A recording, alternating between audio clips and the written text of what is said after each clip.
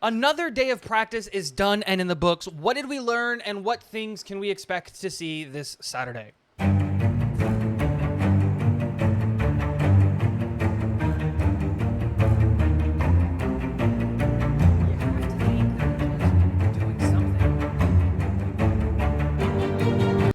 What is going on, guys? Welcome back to Talking Jets with Tigo. My name is Tigo, and today we're going to be going over and recapping practice. Let's start with the drama coming out of practice that apparently the New York Jets ghosted Tampa Bay and said, nah, we're not practicing. Figure out what you're going to do on your own. And that just isn't true. From every report that I've seen outside of the negative Nancy's in the beat room that were also hitting the panic button because Tippmann wasn't being considered a starter before we were even in August.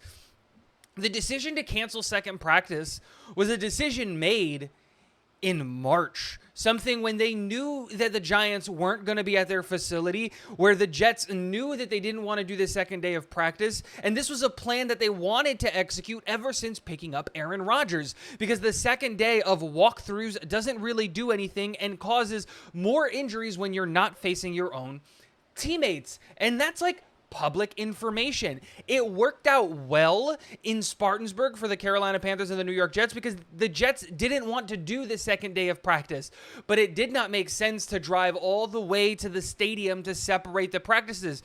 If both teams were going to be in Spartanburg, both teams were going to have to work out at Spartanburg, and it just worked out for the Jets that the Carolina Panthers called it quits and left for the stadium, and that the weather lightened up, and that was unexpected. But this narrative that the New York Jets, come on, guys, do we really need to stir up this drama with an NFC team of all things? Like, this is unnecessary and was just absolutely ridiculous. Now let's talk about today's practice. And the first player that we're going to talk about, usually not the first player we talk about, but I had to bust out this shirt again because he had another excellent day at practice. They didn't run a ton of reps, and he threw one interception to Aaron Rodgers when they were doing slow walkthroughs of plays where they weren't really running. They were just walking. I don't know how much of that is actually Aaron Rodgers intercepting it or Zach Wilson just throwing the ball at Aaron Rodgers, but it did happen. I thought that was quite comical because Aaron Rodgers was helping the offense by playing DB. He was the nickel corner, which was just hilarious to see Aaron Rodgers lined up at nickel. Got blocked, got railroaded by a Billy Turner block. Billy Turner got to the second. It's just hilarious when they do these little quick walkthroughs to just get plays going and to see how it works. I thought that was really funny. But again, having an excellent day today at practice, hitting the passes, executing the offense, and it's just stacking good days upon good days upon good days upon good days. And it's one of the things that Coach Saleh said in his press conference that I totally agree with him on, and maybe this shirt is just a little too small now, but one of the things that Coach Saleh said was Zach Wilson is going to be a starter in this league, and for a long time, he's gotten a lot better. He's commanded the huddle really, really well, and all of those different things. And again, whether it's with the New York Jets or not, I'm rooting for the kid. I don't know why I would root against a guy that's on my football team, but if he keeps stacking these days, good things are going to happen. Now let's talk about full 11-on-11 drills. Remember that in unpadded practice, the defensive line and the defense tends to be the winners of more reps than losses. And that's been the story of all of training camp, except for today. The O-line today had an excellent day. I don't think that the defensive line was able to put up a sack today in today's practice, and that the O-line's protection really, really held up. Now, one thing that I will say is I had a whole video planned on this, but I didn't want to. It's not going to come out. But I don't think the idea of flip-flopping flip-flopping Max Mitchell and Billy Turner is the best for both of their development, or not even development, but best for the both of their getting acclimated to the level of play that we expect from them. Billy Turner is a veteran in this league, and yeah, I get that. So he's not really developing anymore. But Max Mitchell isn't. He is a second-year player. And flip-flopping him from left tackle to right tackle, from left tackle to right tackle, isn't something that's going to be beneficial for his development. He has regressed, and I think a big part of that is the flip-flopping. Coach Saleh mentioned this in his press conference where he talked about, we want positional versatility from our players. But yeah, you don't, when you're learning a new language, you don't learn two languages at the same time, right? You try to master one language and then go to the second one so that you have a frame of reference.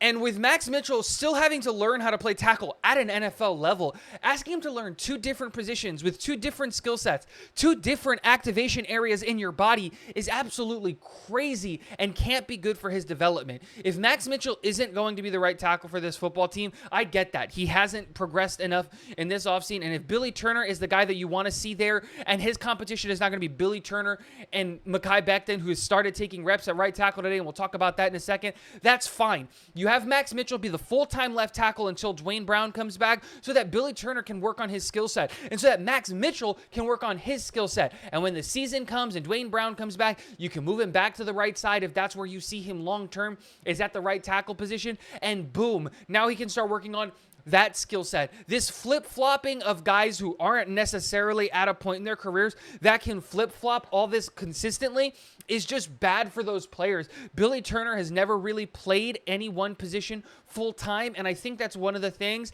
that has shown why he hasn't been able to live up to that level of expectation. There is an example that a lot of people like to throw in my face when I was anti-George Fant that, well, he played right tackle and maybe he's just a better left tackle.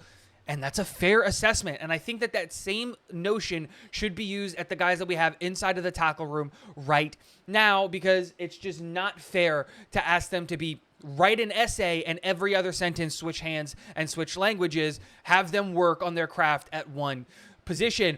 Continuing to talk about the offensive line and the successes that they had today, Mekhi Becton took reps at right tackle and got a glowing review from Coach Saleh in his press conference, talking about, you know what, this is the first time in a long time that I've seen Mekhi Becton in this. This is the most confident I've ever been in Mekhi Becton and his skill set. And those are great things to hear from your head coach about a guy that we all should want playing right tackle for this football team. He took the reps, and again, lighter day, but that leans towards being beneficial towards the defense. A lighter day, and there is a speculation, Coach Saleh didn't address it specifically, that he might play right tackle against the Tampa Bay Buccaneers. And if that's the case, that's huge. What I would like to see from Mekhi Becton, personally, just to get him more reps, so to get out from under this, oh, we need to see him do it. I would love to see Mekhi Becton taking left tackle reps with the twos, and when the twos come off and the threes come on, put him on at right tackle for the threes and really give him as many reps as possible. Let's get him to that 40, even maybe 50 snap count that we need to be able to see him to play, because that's how many plays that would be expected from him on a week in, week out basis in games would be 50 to 70 plays. And so if he can step up, play left tackle, something that he does exceptionally well, and then move to the right side and play right tackle. Again, something that he was allowed to do because he spent 2 years at left tackle and then started working on his right tackle skills, would be very beneficial for the New York Jets in the long term in terms of, truly getting a quarterback, a right tackle competition going for that position, because the best 5 offensive linemen definitely includes Mekhi Becton there. And it probably includes Mekhi Becton at left tackle, but we all know that's probably not happening.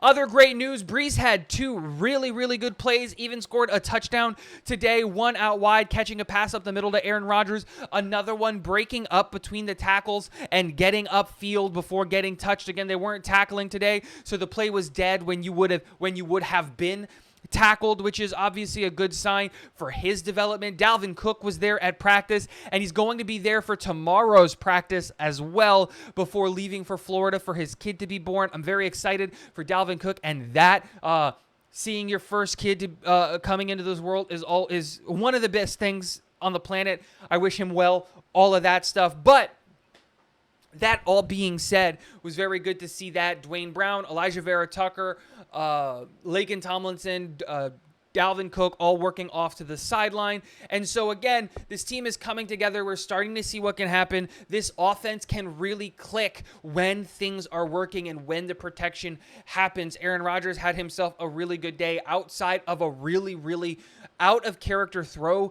I think he was trying to test the like a specific window to see if he could fit it in there because he threw a pretty bad interception to Jordan Whitehead, who has his second interception of camp, which is good for the defense and the defensive back rooms moving and progressing in the right way. And finally, we can talk about something good that the offense is doing, but also something good that the defense is doing, and that is, I think, the best part of this whole situation is the progression that we're starting to see from both the offensive line, the offense in general, and the defense getting there. Now, Saturday's game is going to be very telling, and we got one more practice before Saturday's game, so we'll definitely have to see what's going on there and all of the things there. I'm really excited. I think there's one more practice before Saturday's game. I could be wrong there. We'll have to see. I don't think so, actually. Tomorrow's Friday. Today's Thursday.